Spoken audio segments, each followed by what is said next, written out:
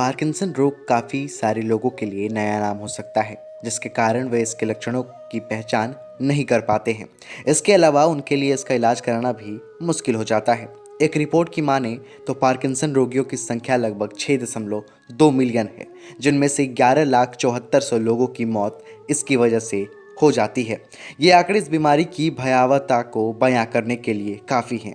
जिसके बावजूद यह काफ़ी दुर्भाग्य की बात है कि लोगों में पार्किंसन रोग के प्रति जागरूकता की कमी है। अब सवाल आता है कि पार्किंसन रोग आखिर क्या है।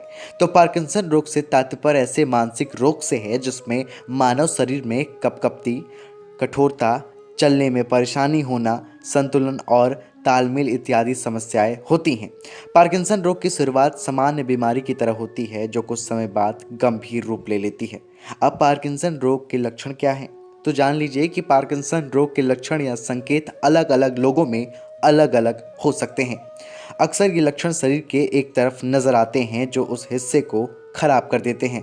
इसके बावजूद पार्किंसन रोग पर किए गए अध्ययनों में स्पष्ट किया गया है कि जिन लोगों के शरीर में ये 5 लक्षण नजर आए तो उन्हें तुरंत डॉक्टर से मिलकर अपनी सेहत की जांच करानी चाहिए, क्योंकि ये पार्किंसन रोग के संकेत हो सकते हैं। सबसे पहला आता है कँपकँपी होना, दूसरा कार्य क्षमता को कमजोर करना, तीसरा मांसपेशियों में अकड़न होना, चौथा बात करने में परेशानी होना, पांचवा लिखने में दिक्कत होना।